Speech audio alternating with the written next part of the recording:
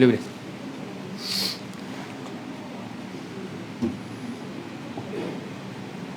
Assalamualaikum warahmatullahi taala wabarakatuh. Bismillahirrahmanirrahim. Alhamdulillahi rabbil alamin. Wa sallallahu wa sallam ala sayyidina Rasulillah sallallahu alaihi wasallam wa ala alihi wa sahbihi ajma'in. Ahata bil anwari min kulli al ajanibi wa yabati maulana azim alat.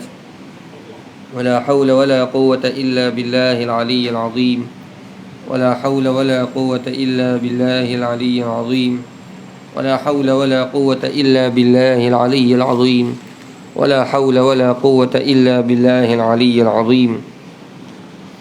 قال المؤلف رحمه الله تعالى ونفعنا الله بعلومه وعلومكم في الدارين آمين.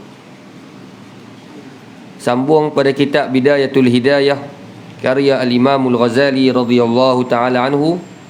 Itu pada muka surat 8. Dan tuan-tuan kitab muka surat 8. Iaitu dan orang ini, maksud baris bawah sekali. Dan orang ini sebenarnya termasuk dalam golongan dimaksud oleh Rasul, ana min ghairi dajjal. Cuba ikut pada muka surat 8. Ini ada Rumi kok.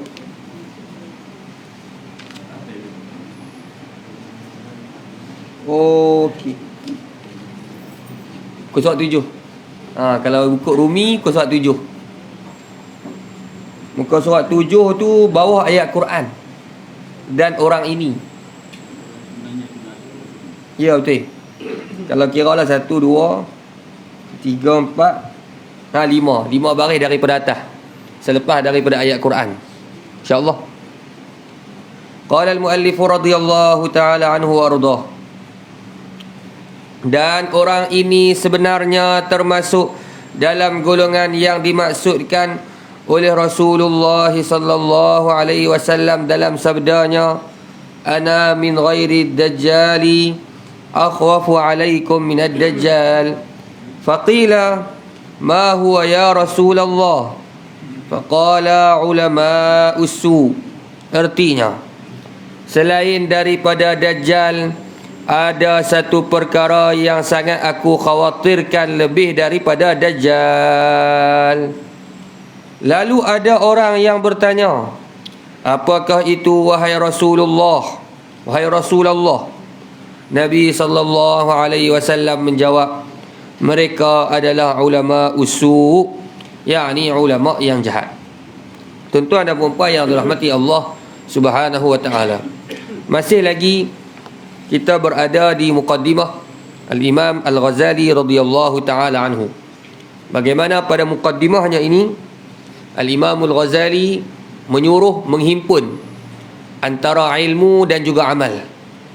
Ilmu dan juga amal, yakni pengetahuan dan juga amal. Amal kepada ilmu tersebut. Dan Al-Imam Al-Ghazali radhiyallahu ta'ala anhu mencela orang-orang yang mempelajari kemudian tidak beramal, yakni mengaji nak bagi orang kata alim, mengaji supaya boleh kritik orang. Ni banyak mengaji supaya boleh kritik, tu tak kena, yang ni tak kena, yang ni tak kena. Kemudian mengaji pula tidak beramal, lalu timbul penyakit-penyakit hati. Dan kemudiannya Al-Imam Al-Ghazali mencela para ulama yang mana ulama itu tidak beramal dengan ilmu. Al-Imam Al-Ghazali mencela, kerana Al-Imam Al-Ghazali layaklah, dia kata, Imam Ghazali kata pada ulama, Imam Ghazali ulama, padahal katakan ulama. Kalau kita ni tuan-tuan tak badan nak kata pada ulama. Pasal apa? Pasal selalunya kita kata dengan hawa nafsu dan dendam. Geram kan, kita pun kata. Tak. Sedangkan apa yang kita nampak tidak seperti yang kita, apa yang kita gambarkan tu tak seperti yang kita nampak. Ni Imam Ghazali mengkritik para ulama zaman dia. Apa dia? iaitu ulama dia yang menjadikan ilmu itu sebagai alat untuk menghimpunkan harta. Ni alat untuk menghimpunkan harta. Jadi Imam Ghazali radhiyallahu taala anhu ni kita baca sajalah. No? Sebab saya kan nak suruh tuan-tuan praktik. Ni tak lagi tuan-tuan balik pergi praktik pula. Jumpa ustaz ni, tok guru ni, tengok kaya kan. Tengok tok guru ni kaya, ustaz ni kaya. Tak? Dia pakai kereta elok, kereta mewah, lebih daripada kita lagi. Kita pun kata kat dia, ni apa nama, menghimpunkan dengan ilmu lah ni. Makna apa? Kaya sebab apa? Kaya sebab apa? Duk jual agama. Bukan suruh pergi praktik. Ini kita baca saja. Supaya peringatan. Ulama' pun, tengok. Ulama' pun, apabila, ulama' ni mana orang banyak ilmu. Orang banyak ilmu sekalipun. Apabila hati dia tak jaga dengan Allah Ta'ala, maka dia ni, Nabi sebut lebih teruk, lebih takut daripada Dajjal. Apatah lagi orang yang tak ada ilmu macam kita. Tak ada ilmu. Jadi hak ni kita baca, bukan suruh lagi tuan-tuan balik buka praktik habis. Ni tengok orang apa, agama elok, pakai kenderaan elok, tak? Ada rumah elok, kaya, kita kata apa, jual agama. Hak ni namanya su'udzan bi khalqillah. Su'udzan dengan apa? Dengan apa? Dengan makhluk Allah Ta'ala. Ni tuan-tuan, kita baca hadis tu. Dan orang ini, ni orang mana tuan-tuan? Orang yang menjadikan, mana orang ulama yang mana menjadikan dunia ini, dia cari makan dunia dengan ilmu yang Allah Ta'ala bagi.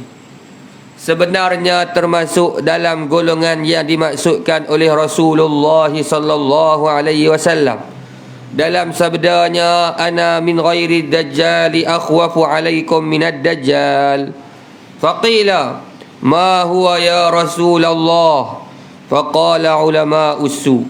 Artinya, selain daripada dajjal, ada satu perkara yang sangat aku khawatirkan lebih daripada dajjal.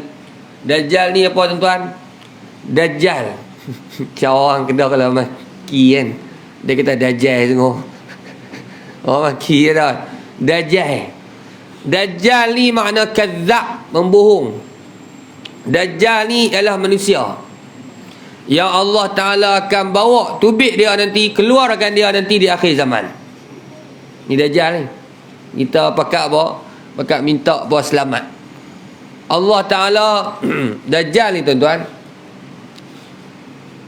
Allah Subhanahu Wa Ta'ala takdirkan kisah Dajjal ni, iaitu dia ni ditahan di satu pulau.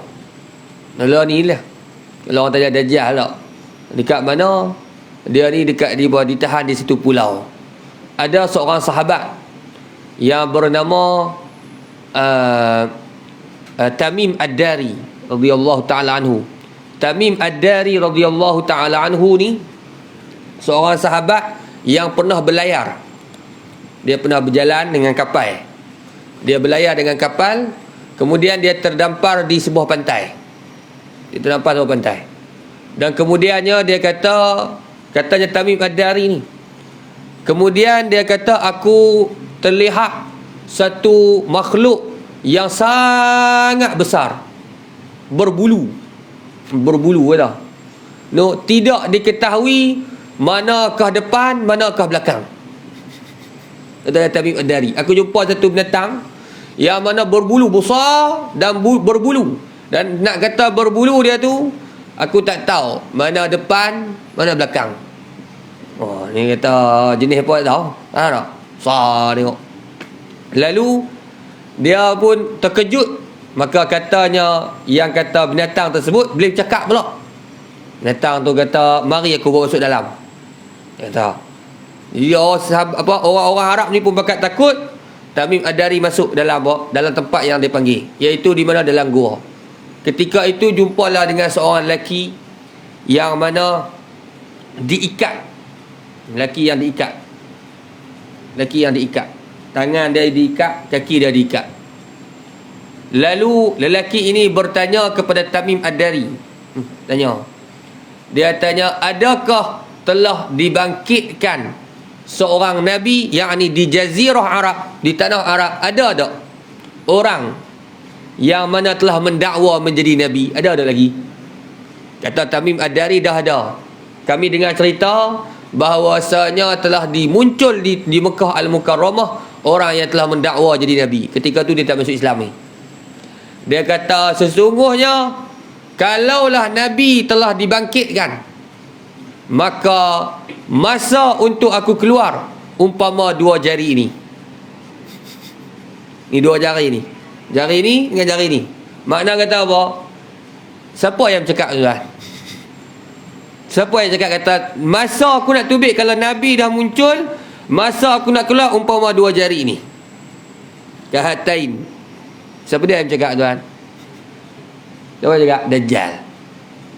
Maka Tamim Ad-Dari pun balik, kemudian dia naik balik kapal dia patah balik, kemudian dia cerita kepada Nabi sallallahu alaihi wa ala alihi wasallam. Dan Nabi cerita pula pada sahabat.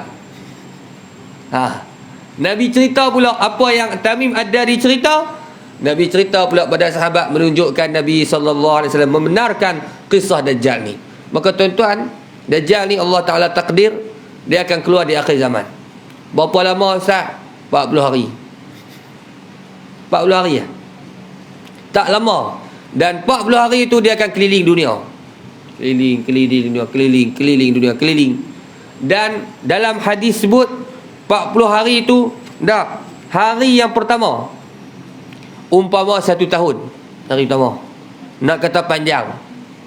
1 hari bersamaan dengan setahun. Asal lama. Maka Dajjal boleh buat macam-macam. Hari yang kedua, 1 hari bersamaan dengan sebulan.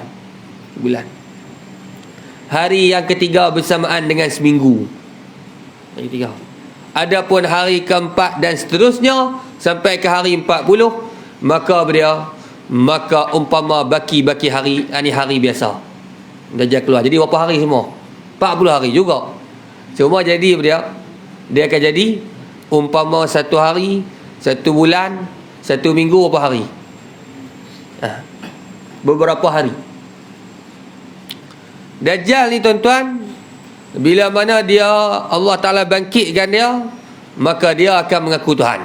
Ni mengaku Tuhan. Mengaku Tuhan. Dan ketika tu Allah Ta'ala jadikan manusia ni kehilangan, kehabisan makanan. Habis makanan. Makanan habis. Maka ketika tu Dajjal pakai duk pelawar makan. Mana?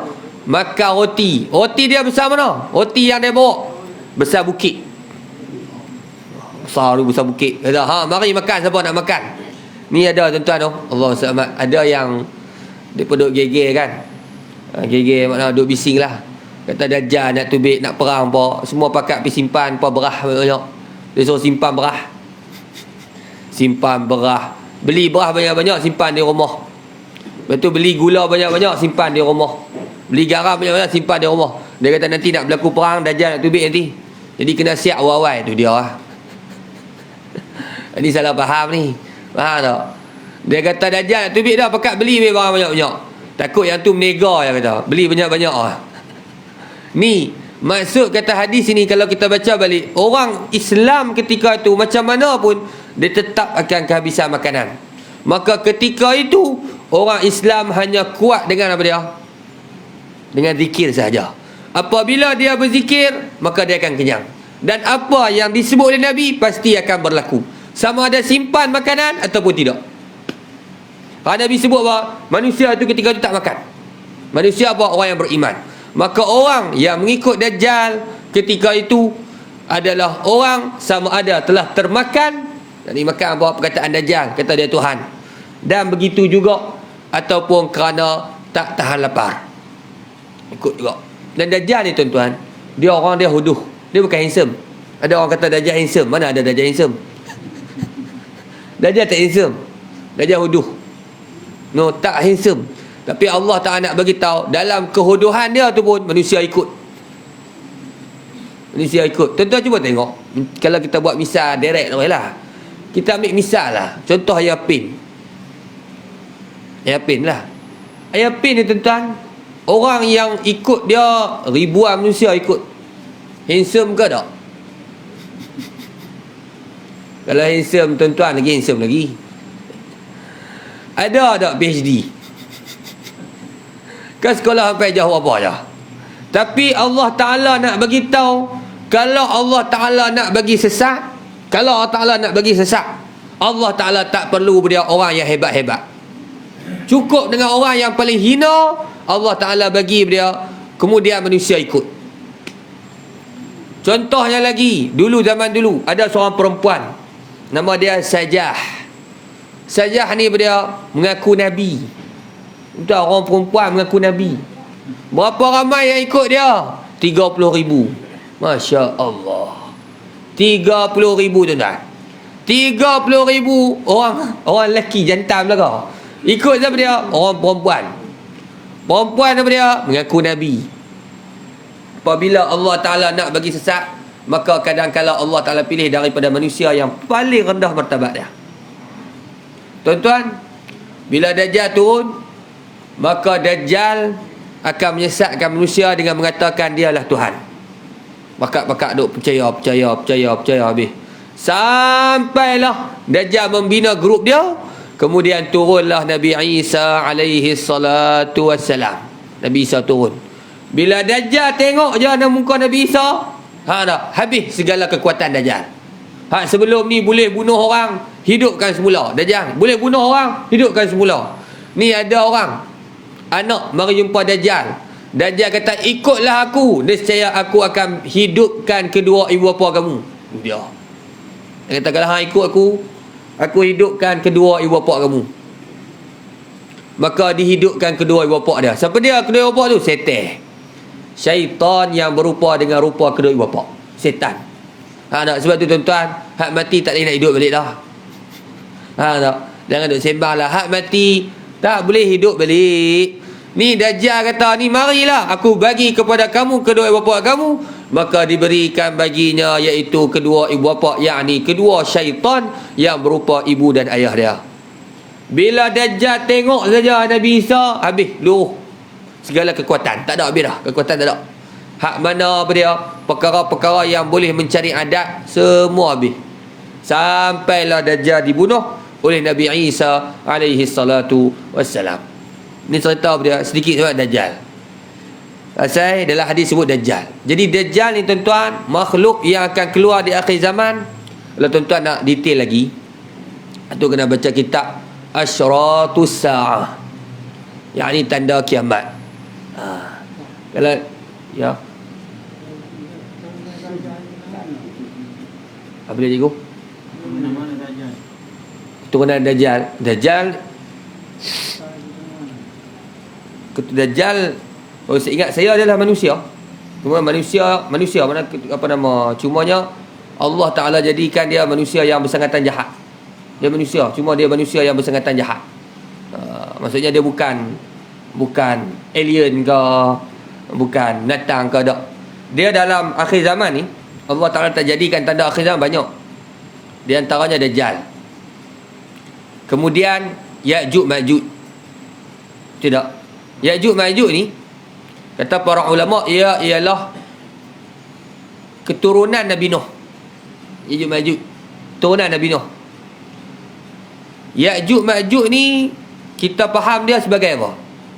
Ya'juj Ma'juj ni kalau orang Inggeris mereka gambarkan, orang barat mereka ibaratkan Ya'juj Ma'juj ni, tuan-tuan bisa tengok tak satu cerita nama dia Lord of the Ring. Tengok je Lord of the Ring. Pasal tak dalam cerita Lord of the Ring tu, Ustaz tengok noh, tengoklah. Tak. Zaman dulu tengok. Apa cerita tu best. Layan tengoklah apa nama Lord of the Ring ni. Tahu tak? Beno, tahu tak cerita Lord of the Ring? Cikgu tahu. Lord of the Ring. Lord of the Ring tu ada grup-grup dia, manusia. Kemudian dia ada satu tu, macam nak sebut cikgu? ORC apa? Yang Ox, panggil apa? Cara sebut dia apa? Tak, biasa tengok tak yang jadi ganah tu. Jadi ganah, jadi bunuh orang betul-betul tu. Itu adalah gambaran orang barat terhadap Ya'juj Ma'juj. Cuma dia adaptasikan dalam filem dia. Kalau yang hak pendek-pendek tu, hak pendek nama apa tu? Allah saya tengok. Nama yang pendek-pendek tu saya tak tahu. Tu main mana tak tahu. Dah pendek-pendek nama apa tahu itu. Ada dia buat filem. Hak pendek-pendek tu. Hak pendek tu tak tahu. Hak yang saya tahu, hak jenis manusia hak ganah tu dalam cerita tu. Tak? Iaitu dia adalah gambaran bagi Ya'juj Ma'juj. Makna kata bersangatan ganah. Dan Ya'juj Ma'juj ni ialah manusia yang daripada keturunan Nabi Nuh. Nabi Nuh. Dan manusia Ya'juj Ma'juj ni dalam hadis mengatakan mereka manusia yang mana bila mana melakukan kerosakan yang bersangatan, maka Zulqarnain dalam Quran, Zulqarnain yang apa buat tembok bagi apa mereka tak keluar daripada tembok. Tiap-tiap hari mereka akan pecahkan tembok. Pecahkan tembok. Dan bila pecahkan tembok tinggal sikit lagi. Ni tiap-tiap hari. Lah ni duk pecahkan tembok. Sampai tinggal lagi sikit. Nak pecah dah tembok. Dia kata tak apalah, esok kita sambung. Tak? Tak apa, esok kita sambung. Lepas tu, maka ketika tu dia pun bermalam dalam benteng tu lah. Bangun pagi, tengok Allah Ta'ala jadikan apa? Benteng tu seperti biasa. Maka tiap-tiap hari tak pernah putus asa, dia duk pecahkan tembok tersebut. Sampai tinggal sikit. Dah, maka kata ketua Ya'juj Ma'juj patah baliklah. Letih dah ni. Tak? Sampailah pada hari mereka nak keluar. Nak keluar daripada Ya'juj Ma'juj, nak tubik. Maka ketika itu dia pecahkan sampai hujung. Pecahkan tembok sampai hujung. Sikit lagi tinggal. Lepas tu dia kata kita sambung besok, InsyaAllah. Dia tu kerjaan dia tambah, InsyaAllah kita sambung besok. Maka mereka bermalam. Bangun tu memang tinggal separuh. Masa tu perak dia tubik tuan-tuan. Ahlaka fihil harsa wan nasl. Tidak ada manusia melainkan dibunuh. Ni tuan-tuan, nak kata jahat Ya'juj Ma'juj ni, kalaulah mereka minum air laut, nescaya kering air laut. Ni manusia apa tak tahu? Tak? Nescaya kering air laut. Nabi Isa ketika tu bila berhadapan Ya'juj Ma'juj, Nabi Isa bawa pengikut Nabi Isa. Tak perang dengan Ya'juj Ma'juj. Ya'juj Ma'juj ni dia bukan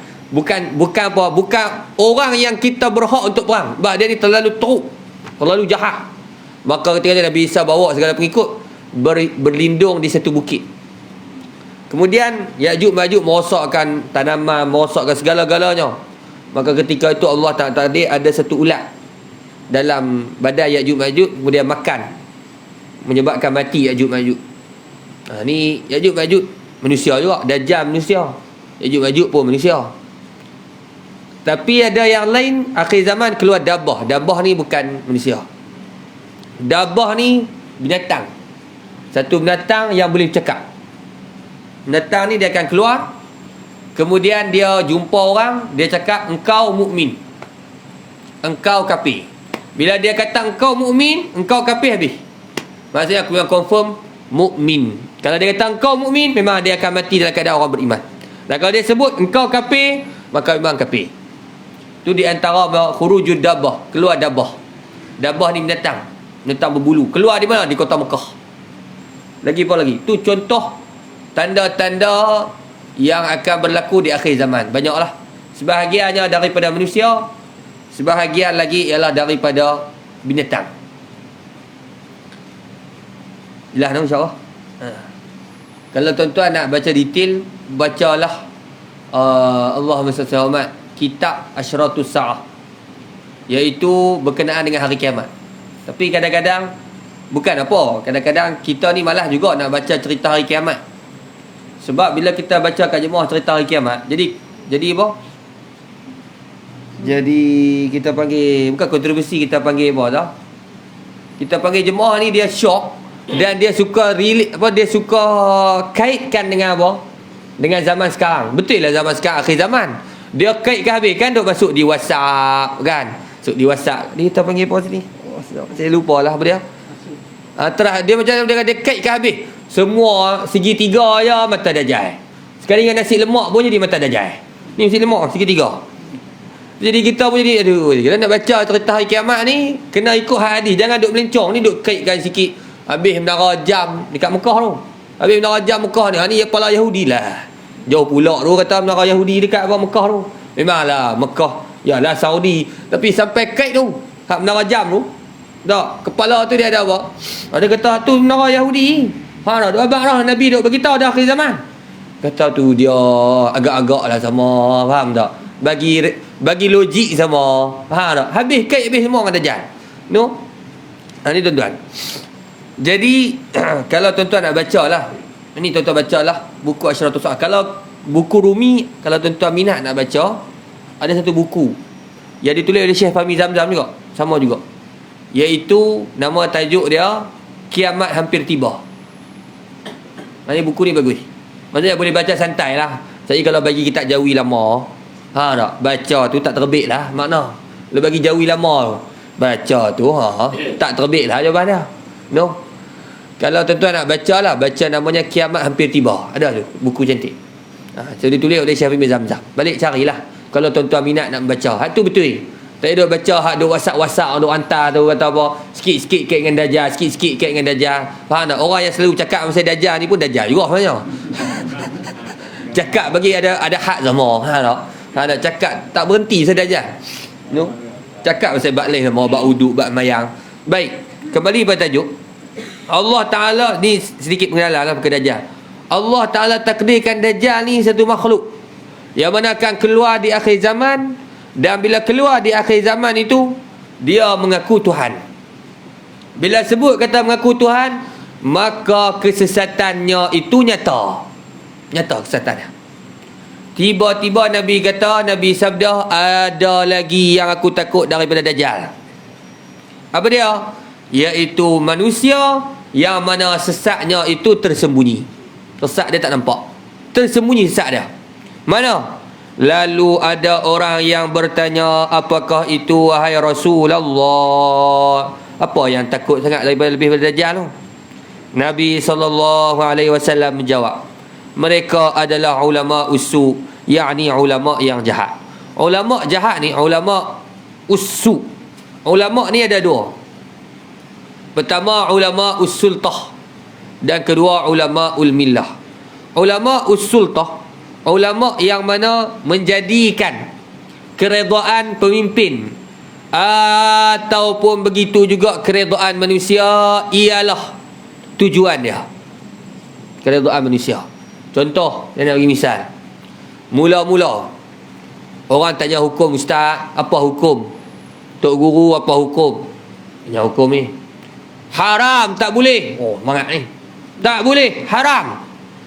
Tolonglah Tok Guru, tolong saya. Tak boleh, hukum Allah Ta'ala, hukum dia haram. Tak boleh buat, Syekh.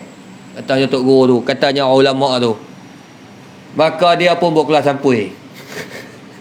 Buat kelas buat sampul. Sampul tu, sampul bukan kosong lah, ada duit. Dia pun bagi kat Tok Guru, ni hadiah saya pada Tok Guru, tolonglah Tok Guru. Tok Guru kata lagu ni lah. Dia sebenarnya masalah ni kalau kita fikir balik, tadi haram, tak boleh. Kata kalau kita fikir balik, ada perbezaan pandangan antara ulama. Tadi haram, tak boleh. Ya ni kita kena tengok dulu, ada khilaf di kalangan ulama. Hak saya bagi tahu tadi, hak sebelum tuan bagi sampul itu pandangan kuat, kita ambil hak nombor 2, pandangan dhaif. Tak. Pas bagi PT dalam halu pandangan dhaif. Ini contoh dia. Sebab tu tuan-tuan dalam syarak qadi ni mana tuan hakim, tidak dibenarkan menerima hadiah daripada orang yang berbalah. Tak boleh. Hadiyatul khasmi liman lam ya'tadi qabla al-qadha harrim qabula ma hudi. Contoh dua orang yang balah, cikgu dengan benu, dua balah. Saya tok qadi. Tak? Sepanjang perbicaraan, tak, saya tidak dibenarkan untuk ambil duit apa-apa hadiah. Sebab apa? Sebab dia menyebabkan nanti saya akan berbelah bahagi. Hak ni dia bagi kereta kat aku, takkan aku nak apa? Nak kata dia tak kena, susah lah. Syarak haramkan terus. Nabi SAW sabda, Nabi tanya, orang yang diberikan hadiah dengan begini, kalaulah dia tak ada jawatan tu, andai dia duduk dalam rumah, ada orang nak bagi hadiah pada dia, duduk tak ada jawatan hakim, duduk di rumah ya, Ada orang nak bagi hadiah tiba-tiba? Haraplah, mimpilah. Mana ada orang nak bagi? Maka Nabi SAW larang. Pasal apa? Kerana dia menyebabkan seseorang itu dapat mengubah apa dia? Ketetapan yang ditetapkan oleh Allah Subhanahu Wa Taala. Banyak juga contoh. Saya nak bagi macam contoh lah. Contoh mudah faham. Mana yang kata ulama usuk, tapi bukan saya bagi tahu ni supaya tuan-tuan hukum muka ni ulama usuk, muka ni ulama usuk. Jangan. Hak ni saya kata dah, ini kita cerita ambil pengajaran. Bukan pi, sebab tu saya cakap, bila kita baca ulama usuk ni, bukan maksudnya kita suruh praktik kat orang. Kita tengok tok guru ni, ni ulama usuk. Pasal kita ada. Ada. Hak kita mengaji suku, hak kita nak hukum jangan. Hak tu kita husnudzon dengan orang. Tak? Kalau kita hukum orang, suudzon. Contoh. Tak? Contoh mana? Iaitu kesalahan yang berlaku daripada kumpulan dia. Maka dia diam. Ni contoh kumpulan. Kumpulan apa? Warna ke, grup ke, apa ke. Apabila kesalahan daripada grup dia, kumpulan dia tak boleh bercakap. Dia kena diam. Dia kena tutup mulut, tak boleh cakap. Tapi kalau kata kesalahan daripada pihak lawan, itu memang dia bagi cukup tanah. Dia bagi. Ni berlaku tak tuan? Berlaku dah. Berlaku. Hak ni makna kata dia mencari redha manusia. Kalau orang yang cari redha Allah, macam mana cari redha Allah? Kesalahan itu sama ada daripada pihak lawan dia ataupun pihak di belakang dia, ini kawan-kawan dia, ataupun pihak diri dia, maka dia tetap kena tegur. Itulah tugas seorang ulama. Nampak tuan? Tapi saya beritahu, ni kita cerita kaedah, bukan suruh hukum. Hak tuan-tuan nak balik hukum tu, hak tu masalah tuan-tuan.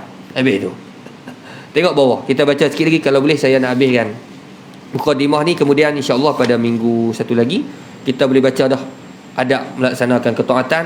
Sebab kalau boleh mukadimah ni jangan panjang-panjang sangat. Berapa lama dah duduk mukadimah ni? Sebab kita punya kitab Bidayah Hidayah ni, kalau boleh kita nak sentuh di mana? Bahagian doa-doa. Suruh tuan-tuan ambil doa, beramai doa. Beramai. Sebab apa? Doa ni kalau daripada sunnah Nabi SAW, kata ulama, buatlah walaupun sekali seumur hidup. Sunnah Nabi. Buatlah walaupun sekali seumur hidup. Ini dah sunnah. Semalam saya mengajar di satu masjid, saya mengajar tentang Syama'il. Saya kata rambut Nabi sampai ke bau. Dia kata kalau begitu sunnah, sekali seumur hidup rambut bagi sampai bau.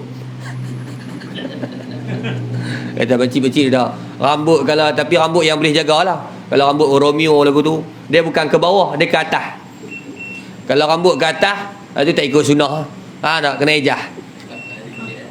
Rambut Romeo dah, jadi kena ke atas. Dajjal itu tujuannya sudah jelas untuk menyesatkan manusia. Tetapi ulama usuk ini walaupun lidahnya pandai memalingkan orang lain dari cinta dunia, namun amal dan perbuatan mereka adalah mengajak orang lain membuat kejahatan. Memang dia duk kata haram, haram, haram, tapi dia pun buat.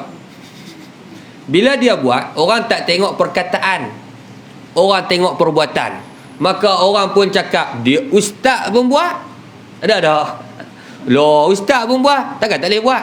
Contoh macam contoh, orang duk patua dah kata forex tak boleh main, tak boleh main. Forex trading lah, tak boleh main, haram. Patua belambak dah kata, tak boleh main, haram, tak boleh main. Lepas tu ada juga geng duk main. Dia kata ada ustaz yang duk main. Dia kata ada ustaz yang duk main. Mampu dia kata ustaz yang duk main juga. Ustaz tu kata boleh. Masuklah ni kot barangkali. Faham tak? Namun amal dan perbuatan mereka adalah mengajak orang lain buat kejahatan. Supaya juga benda makruh. Ustaz duk mengajar makruh minum diri. Tiba-tiba ustaz bukan minum diri, ustaz minum apa? Sambil berlari. Orang pun kata apa? Boleh minum diri. Ustaz pun minum diri. Lebih daripada tu lagi. Faham tak? Ni. Mana ni? Perbuatan dia mengajak orang lain buat jahat. Orang manusia ni tuan-tuan kita lah. Tengok perbuatan selalunya. Sebab tu tuan-tuan, contohlah kita ibu bapa, kita guru ibu bapa, abang ke apa, sebenarnya yang lebih patut kita buat ialah bukan berkata-kata, ialah apa yang perlu kita buat ialah perbuatan, bukan perkataan.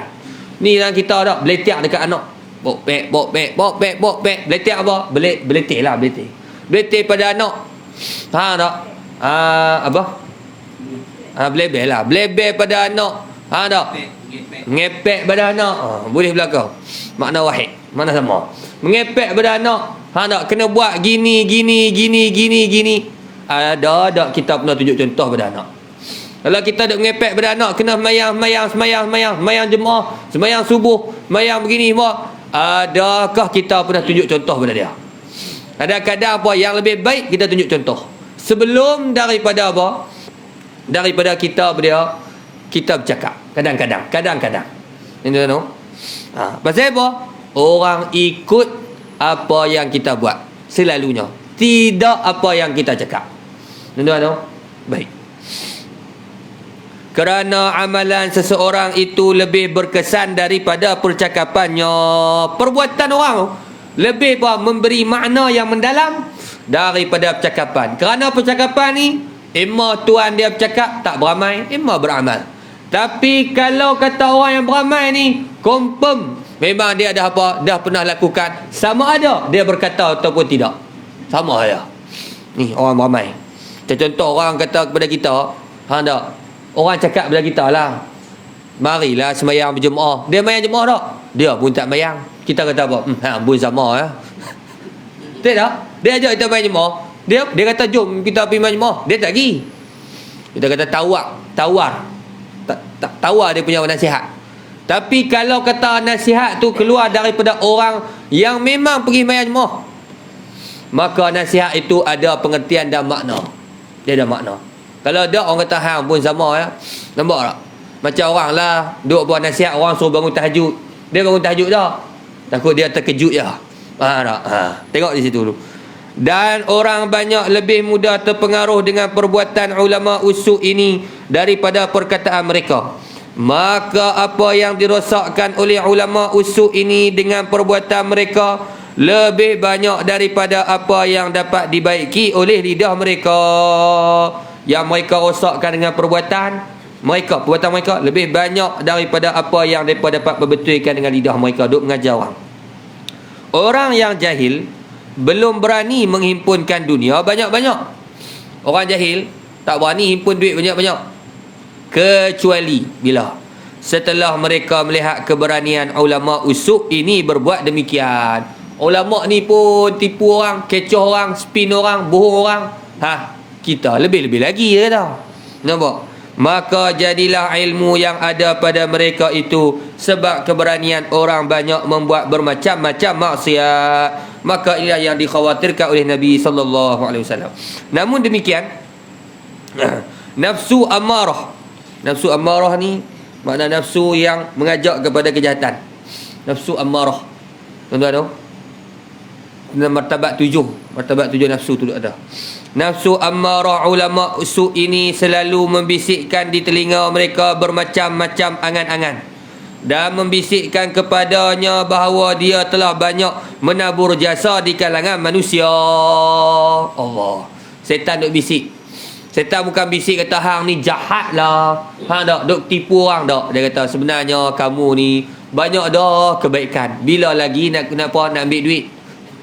Dia duk bisik. Ni duk bisik telinga. Ni, jangan kata tentang ulama tak ada setan.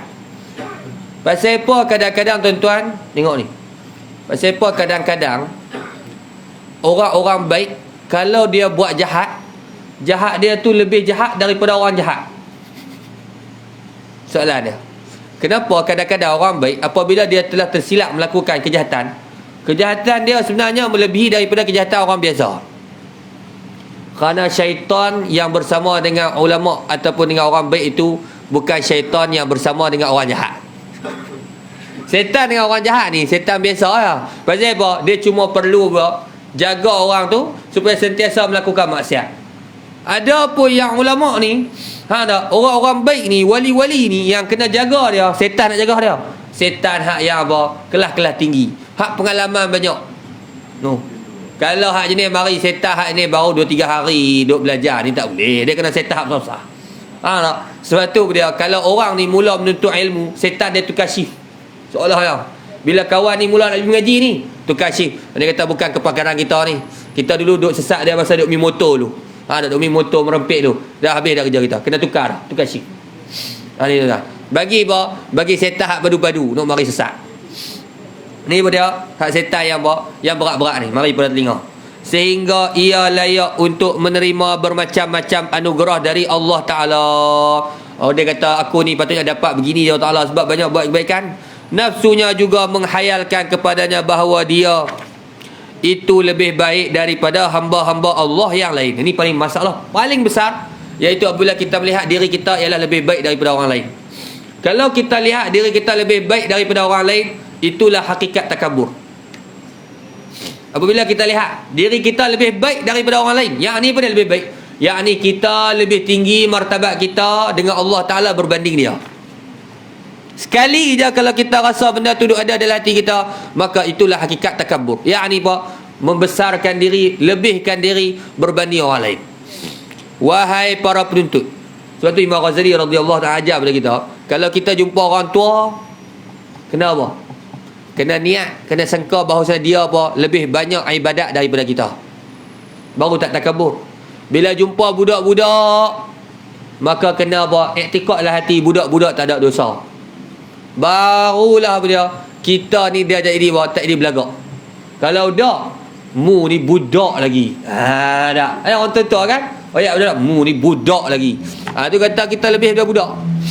Wahai para penuntut, maka jadikanlah dirimu bersama dengan golongan yang pertama, yakni ilmu dan amal. Rujuk balik nanti golongan pertama. Dan hati-hatilah supaya engkau tidak termasuk dalam golongan yang kedua, yakni golongan ni.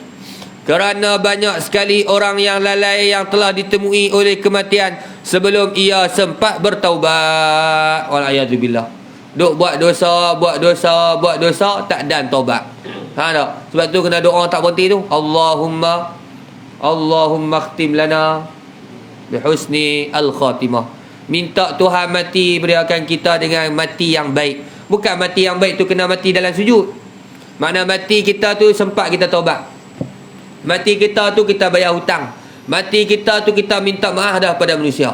Hak itulah husnul khatimah. Kita dapat husnul khatimah tu mati dalam sujud. Hak tu mati dalam sujud tu kelebihan Allah bagi. Siapa dapat alhamdulillah. Tak dapat mati atas katil, tak semestinya bukan husnul khatimah.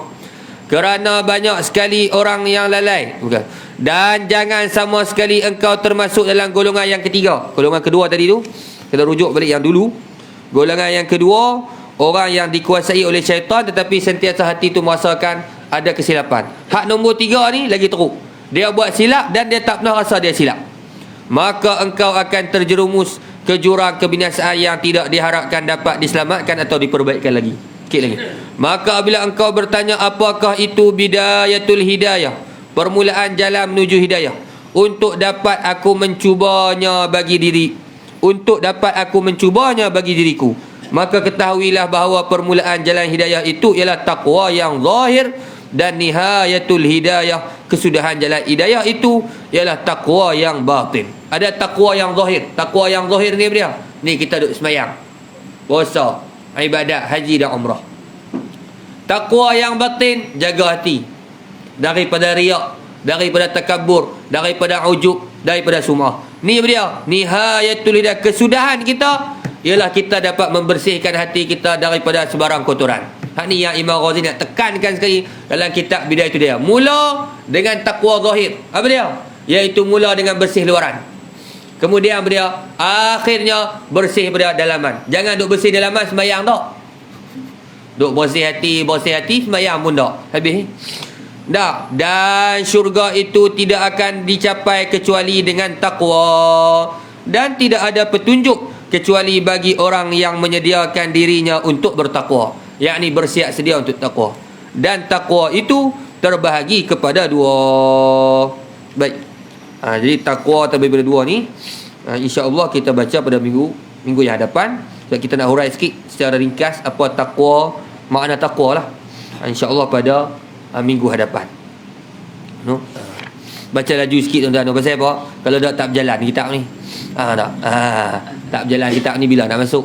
Tak. Jadi kita berjalan sikit laju pun siapa. No. InsyaAllah bila sampai pada tempat-tempat dia, tuan-tuan kena tanda lah. Doa-doa apa balik tanda doa baca. Walaupun sekali seumur hidup. Tu dia doa masuk tanda sekali seumur hidup. Sekali walaupun sekali seumur hidup.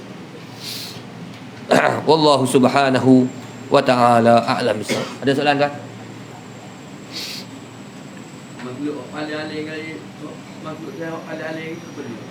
Dia makhluk Allah Ta'ala yang paling alim. Makhluk yang paling alim ialah Sayyiduna Rasulullah sallallahu alaihi wasallam, baginda Nabi sallallahu alaihi wasallam. Hak ni iaitu Nabi kita ni Nabi makhluk yang paling alim. Makna kata yang dalam hadis kata ana akhwafukum billah. Dalam hadis, aku adalah makhluk yang paling takut dengan Allah. Pasal apa aku makhluk paling takut? Kerana man arafahu khafahu. Siapa yang mana kenal Allah Ta'ala, dialah yang akan takut pada Allah Ta'ala. Maka makhluk yang paling alim ini ialah baginda Nabi kita sallallahu alaihi wa ala alihi wa sahbihi wasallam. Kerana itu kata al-Imam al-Busiri radhiyallahu ta'ala anhu, dia kata apa? Dia kata wa ilmuka ilmul lawhi wal qalami. Dan ilmu kamu ya Muhammad, yang ni kata Imam al-Busiri, Syarafuddin al-Busiri. Dan ilmu kamu ya Muhammad, ilmu loh dan qalam. Loh yang ni loh mahfuz. Ilmu loh yang ni loh mahfuz. Wal qalam dan pena yang tulis loh mahfuz. Yang ni ilmu kamu, ilmu yang sangat luas. Allah Ta'ala bagi tahu pada Nabi kita benda-benda ghaib yang Allah Ta'ala tak bagi tahu kepada makhluk-makhluk yang lain. Maka orang yang paling alim adalah Sayyidina Rasulullah SAW. Kemudian para Nabi-Nabi yang seterusnya. Cumanya yang mengatakan Iblis tu makhluk alim, tak dinafikan. Iblis ialah makhluk yang alim. Tetapi adakah ilmunya itu melebihi daripada ilmu para Nabi-Nabi? Jawapannya tidak. Tapi tak nafi dia tu alim. Tetapi alim yang tidak beramal. Dia alim tapi tak beramal. Sebab itulah para ulama sufi kata Iblis ada gelaran dia sebelum daripada jadi Iblis. Dia Azazil lah sebelum daripada gelaran Iblis ni. Iaitu gelaran dia ialah Al-Alim. Alim. Tetapi dia tidak diberikan gelaran Al-Arif, yang kenal Tuhan. Kerana apa? Kerana ilmu dia tu tak ada manfaat bagi dia. Pasal apa? Dia tak beramal. Dia tak jaga hubungan dia dengan Allah Ta'ala. Maka makhluk yang paling alim ialah baginda Nabi sallallahu alaihi wasallam, dan makhluk-makhluk seterusnya itu para nabi-nabi dan rasul. Adapun Iblis, maka tak nafi Iblis juga yang alim, tapi alim yang tidak beramal. Tapi ranking dia ranking selepas daripada para nabi-nabi dan rasul. Ada lagi lah. Penyakit hati.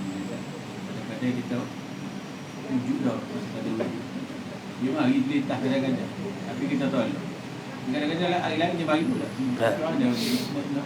Dia bila dalam hati kita mari ujub, mari riak, mari sum'ah, marilah apa pun penyakit hati, dendam dan seumpamanya, permulaan dia bukan daripada hati kita. Dia bukan diri kita. Dia permulaan dia adalah bisikan syaitan. Bila kita layan, maka betul dia akan jadi penyakit hati, dengan mana dia akan jadi satu sifat yang melekat pada zat. Asalnya syaitan bisik. Bila kita layan, maka bila kita layan itu, maka menyebabkan dia akan jadi sifat yang sebati. Macam kena tak? Tengok tak penyakit waswas. Dia penyakit waswas, adakah memang dia lahir-lahir memang mak dia ajar ambil uduk sampai 100 kali duduk basuh muka, mandi junub sampai sejam? Tak. Asalnya siapa yang bisik? Iblis. Bila dia layan, barulah sebati dengan dia. Maka jangan dilayan. Maka cara tak dilayan pada dia ialah membaca isti'adzah, iaitu a'udzubillahi minasyaitonirrajim. Kerana itu bisikan syaitan. Bila mari je a'udzubillahi minasyaitonirrajim, ataupun istighfar, astaghfirullahalazim. Astaghfirullahalazim. Jadi itulah orang Melayu kan, astaghfirullahalazim. Ataupun digabungkan kedua-duanya sekali. A'udzubillahi minasyaitonirrajim. Astaghfirullahalazim. Jangan alhamdulillah. Alhamdulillah tak kena pula tempat tu. Nak kena bisikkan tu alhamdulillah pula. Jam kita. Nak. Isti'adzah, a'udzubillahi minasyaitonirrajim ataupun istighfar. Kata adakah? Dia kata kita istighfar pun esok mari pula. Esok istighfar pula. Sampailah setan ni kira tengok, ini makhluk kita tak boleh nak bisik sebab apa dia duk istighfar sokmo. Jadi kita kena pedaya dia cara lain. Tak apa, lepas dah di situ. Tak? Ataupun cara dia, bila kita dapat gangguan-gangguan tak elok ni, maka kita baca a'udzubillahi minasyaitonirrajim dan ludah belah kiri. Tapi bukan ludah betul. Saya selalu sebut dah ludah tu isyarat. Yang fuzu yang ludah. A'udzubillahi minasyaitonirrajim dan ludah. Tui gitu. Tapi bukan ludah betul. Ni kita kalau ludah betul ni dengan gelemar, dengan kahak ni, kahak tarik kan. Duduk. Hanya isyarat saja. Nak beritahu apa? Aku tolak bisikan kamu. Isyarat. Ni kalau mari bisikan, tanya nak buat apa? Ni lah. Beramal dengan zikir. Kerana katanya isyarat kepada benda yang tak elok belah kiri. Benda tak elok, setan ni belah apa? Tak elok, kita ambil belah kiri. Kalau ludah belah kanan macam tak kena pula. Sebab ada juga riwayat mengatakan malaikat di sebelah kanan kita. Ada riwayat hadis mengatakan malaikat di sebelah kanan kita. Sebab tu kalau nak ludah di belah kiri. Jangan ludah di bahagian hadapan dan juga ludah di bahagian kanan. Kalau ludah di bahagian belakang tu tak ada dalam kitab. Pasal apa? Payah nak ludah belah belakang. Kena kalih belakang, U-turn. InsyaAllah.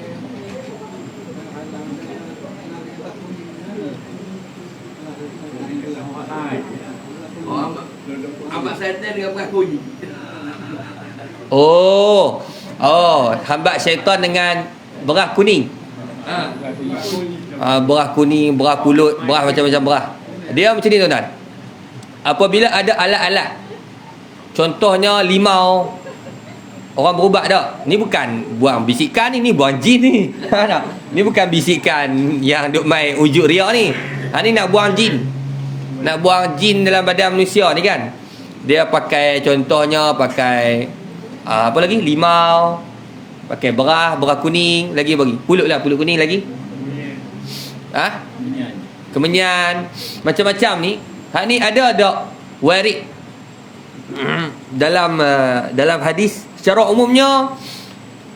Yang dalam hadis ialah baca ayat Al-Quran dan juga dalam hadis Abu Sa'id Al-Khudri iaitu air yang dibaca ruqyah kemudian dia bagi minum. Adapun alat-alat ni hak diletak ni, kita tidak mengatakan hukumnya adalah haram. Sebab kalau kata haram, apa sebab nak kata haram? Faham tak? Orang yang berubat guna benda-benda macam ni, alat-alat tu, sama ada tumbuhan ataupun apa, ikutlah pergi beras ke apa ke. Tak? McDonald sekalipun, tak? Bagilah benda apa sekalipun, adakah kita kata haram? Nak kata haram sebab apa?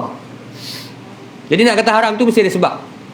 Maka kita sebut perkara-perkara yang disebutkan, digunakan oleh selalunya kita orang panggil tok bomo lah, ataupun orang-orang ruqyah ni, yang orang duk guna ni, sebenarnya ia adalah bergantung kepada tajrubah, eksperimen dia. Dalam Arab panggil tajrubah. Tajrubah ni macam eksperimen. Contoh garam. Garam ni bila orang guna, maksud ada orang yang dulu orang pertama dia pakai berubat nak lawan jin ni, dia pakai garam. Dan ternyata memang setan tak hidup dengan garam. Jin ni memang tak hidup dengan garam. Faham tak? Sama ada, wallahualam ada hadis kata pun tidak, tapi dia tak boleh hidup dengan garam. Faham tak? Jadi maka orang yang kedua, dia akan ikut petua yang pertama, maka dia guna pun garam. Jadi adakah salah untuk kita guna garam? Dan memang terbukti dia garam memang setan takut. Siapa yang kata takut? Bukan saya. Pergi tanya orang berubat. Tanya orang berubat, dia kata duk pakai apa? Pakai garam. Jadi apakah hukum pakai garam? Jadi garam ni seolah sebab musabab nak bagi dia takut. Faham tak? Maka sebab itu dia para ulama kita sebut apa yang digunakan oleh orang ruqyah, faham tak? Selagi mana tidak ada unsur-unsur yang mensyirik kepada Allah Taala, maka hukumnya adalah harus dan tidak haram. Kalau haram sebab apa? Faham tak? Kalau kata hak jenis setengah tu yang pulut kuning tu, tengok juga. Ada yang kata apa bagi makan lah apalah kan. Tu kita tengok balik. Selalunya kalau secara umumnya benda-benda yang diletak-letak ni, alat-alat ni, selagi mana dia tak menyalahi apa apa nama, Al-Quran dan sebab kita kata dalam bidang perubatan ni dia luas. Tak? Kalau kita luaskan pemikiran kita dalam apa nama perubatan yang moden, maka sama juga benda ni pun luas. Dalam bidang moden kan, orang duk cipta macam-macam ubat, orang duk cipta macam-macam alat untuk tengok kesihatan. Tak? Sentiasa makin tahun makin benda baru. Maka sama juga dengan benda ni. InsyaAllah tuan. Jadi jangan orang duk buang tu. Sebab tu kalau pergi tuan-tuan, dia duk pakai benda tu, dia tak boleh kita terus tegah. Tanya dulu sebab apa pakai ni. Orang duk pakai benda ni, tanya sebab apa. Dia kata mungkin setan tak suka. Tak? Tu kembali kepada apa dia? Dia punya apa? Dia kan duk sembang dengan jin lama dah. Tu punya pasal dia lah. Sebab dia berubat. Nampak? Yang masalahnya macam saya sebut, ada sebahagian benda tu yang dibuat tu, itu memang ada unsur yang tak elok. Mana? Tu apa? Kena sembelih ayam, bagi ayam, bagi apa lagi cikgu? Ayam lagi, apa pulut kuning, lagi apa? Hak tu dia kata apa? Nak bagi makan. Tu memang jelas lah, faham tak? Tu bukan nak halau, tu nak belah. Faham tak? Bukan nak halau, nak belah. Faham tak? Belah jin. Allah Subhanahu wa ta'ala alam bisawab. Lima dalam tempat kino tu dimakan. Lima? Lima kali biasa. Dia nak jumpa. Bayar. Ada lima makan kot. Lima orang Cina. Oh, lima. Dia tumbuh-tumbuhan tumbuh-tumbuhan ni tak ada istilah apa? Istilah apa? Haram dengan sebab jadi milik daripada orang kafir. Maksudnya yang dia buat tumbuhan kan. Kalau dia berlima. Dia perlu kita ambil makan. Kena minta izin lah. Tak? Maksudnya, contohlah, dia apa? Buat sembahan ataupun buat persembahan dia pada Tuhan. Pujaan dia pada Tuhan kan. Dia buat apa? Buah-buahan lah. Tak? Tiba-tiba dia tak tahu main mana, dia tengok kita, dia tak tahu nak bagi apa ke hadiah pada kita, dia ambil, dia bagi kita. Boleh tak makan? Makan. Sebab buah nama pun tumbuh-tumbuhan. Nama pun buah-buahan. Tak? Ambil makan lah. Tak? Sebab dia apa? Dia nak bagi apa pada Tuhan dia. Sembahan dia makan ke tak? Baik kita makan. Tak? InsyaAllah tak ada masalah cikgu. InsyaAllah. Lepas tu orang nak tanya tu, orang Cina dia bagi limau kan, perayaan dia kan. Boleh tak makan? Makan, orang bagi. Faham tak? Wahalah. Makan. A'udzubillahi minasyaitonir rajim. Bismillahirrahmanirrahim. Allahumma rabbana atina fid dunya hasanah wa fil akhirati hasanah. Sallallahu alaihi wasallam. Alhamdulillahirabbil alamin.